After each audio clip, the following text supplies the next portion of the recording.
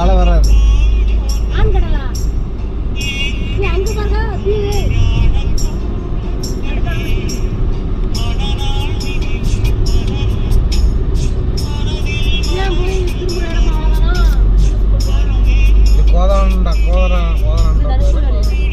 இதுதான் ராமரா.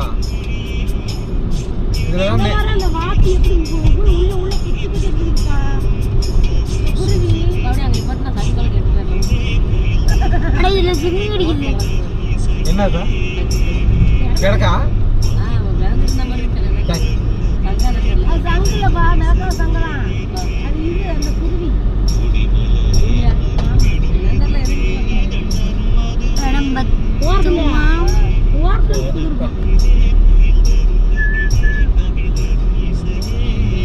அந்த ஸ்பாட் நல்லா இருக்கு என்னப்பா, அதெல்லாம் ஏத்துனா நல்லா இருக்கும்.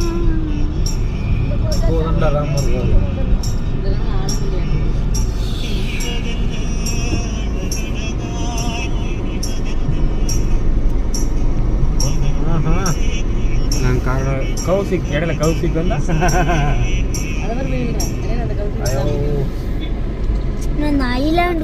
ராமர் கோயில் வந்தாச்சுங்க. வந்தா என்ன ஒரு பிரச்சனைனா குரங்கு குதிச்சு வர்றேன்னு ஆசை போய் நீச்சல் அடிக்கும்னு சொன்னதுனால குரங்கு ஓடுது. இது குரங்கு இல்லைங்க, எருமை. கடல் இருந்து அது இறக்கி விட்டோம்னா கடலுக்கு தான் ஓடும். அதனால தான் பூட்டி வச்சிருக்கோம், டிக்கிக்குள்ள போட்டு பூட்டி வச்சிருக்கிறோம். அதனால டிக்கியை போட்டு பூட்டி விட்டுச்சிடலாம். இல்லைன்னா அது எருமை கடலுக்குள்ள போய் குளிச்சுட்டு அப்புறம் எந்திரிச்சு வெளியே வர முடியாது. அப்புறம் பாவம் அந்த கோதாண்ட ராமர் கோயிலும் பாவமாக போயிடும்.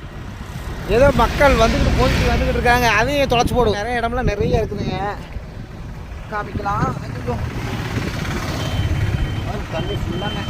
தண்ணி இங்கே ரொம்ப கசகசன்னு இருக்குதுங்க. அவங்க பார்த்தீங்கன்னா ராமேஸ்வரம்லாம் சுத்தம் மோசம், கசகசன்னு இருக்குது. கீழேயே காலை இறங்குற மாதிரி குளிக்கவே இல்லைங்க காலையில் இருக்குது. ஏன்னா இடம் அவ்வளோ ஒரு கசகசப்பு அதிகமாக இருக்குதுங்க. ஐயோ அங்கே தெரியுது பாருங்க, அந்த கோடு தெரியுது. உங்களுக்கு தெரியுமோ என்னமோ தெரியல, அங்கே இருக்கு பாருங்க ராமேஸ்வரம் அந்த சாமியாரோட கோவில் இருக்குது. ஆனால் அங்கே மோசங்க, பார்க்கலாம். தனுஷ்கோடியில் போய் பார்ப்போம், நல்லா இருந்தால் பிடிப்போம். இல்லைன்னா பணமே ஓனாலும் போச்சாது, நாற்றம் படித்தாலும் பரவாயில்ல. ஊடு வெள்ளை கோயில் குளிச்சிக்க வேண்டியதான், வேறு வழி இல்லை.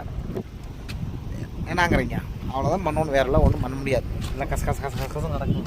அதோட இந்த சாக்கடை உள்ளே இறங்கிச்சா கடல்லே கொந்தளிச்சு, கடல் கொந்தளிக்கிறது என்ன கோவமான ஆறிடும். அதனால வேண்டாம் மக்களே. பாய் மக்களே, சரி பாய் லேட் ஆகிடுச்சு, கிளம்பலாம்.